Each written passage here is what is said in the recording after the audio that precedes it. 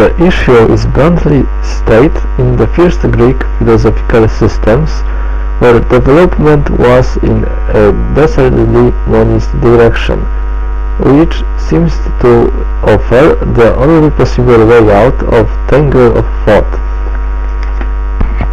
For man wants knowledge, wants to know the world, and the senses are very bad witnesses to what happens around men. On the basis of sensory intuitions, no centered, rationally argued system of knowledge can be set up. The sole escape from ignorance is through the reason, which must be entrusted entirely. And reason, free of the impediments which the senses with their intuition impose, discerns the necessary structure of reality, or rather the one unchanging basic structure identical with itself.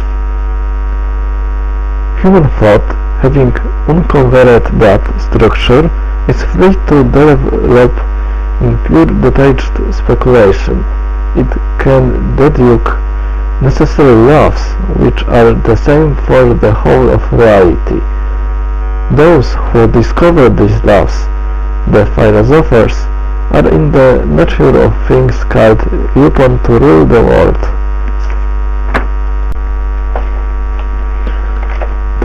Nevertheless, laws based on the speculative thought alone somehow do not fit everyday life, and in concrete cases do not pass the test.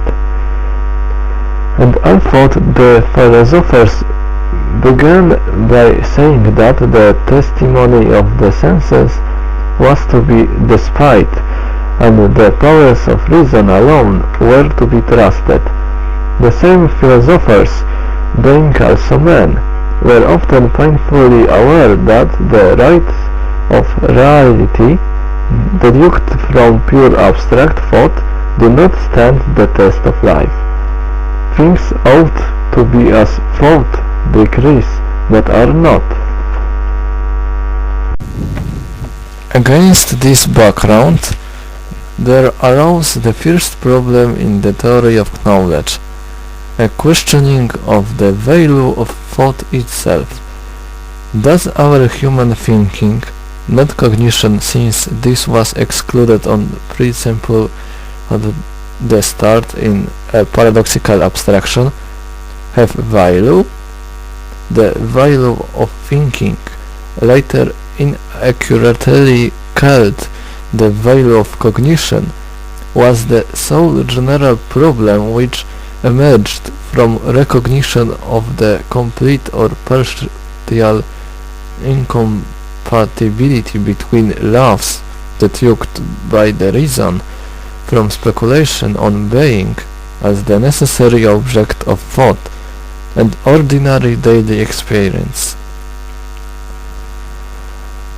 This incompatibility between the laws of thought and life the sophists demonstrated in practical fashion, as it were professionally, thus undetermining confidence in reason itself.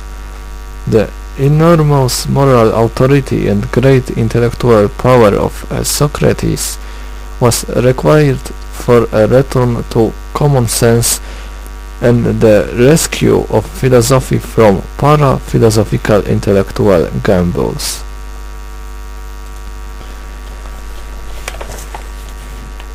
Nevertheless, this same problem, with its origin in the chronological metaphysics of Plato, later grew to the dignity of systems among the skeptics.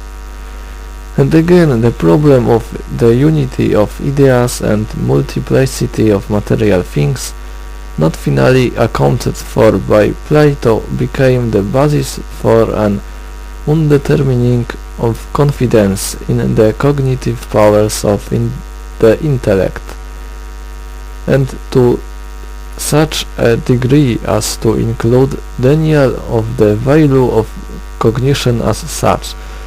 We can know nothing, extremist voices could be heard saying, and even if we could not convey to the others the fruits of our cognition. Moreover, if we could, it would be in any case labor in vain, for others would not be able to understand us and accept what we tried to convey to them. This frontal attack on the value of cognition sprang from metaphysics, where thought, striving to reconcile, had become hopelessly entangled in the antinomy between unity and multiplicity.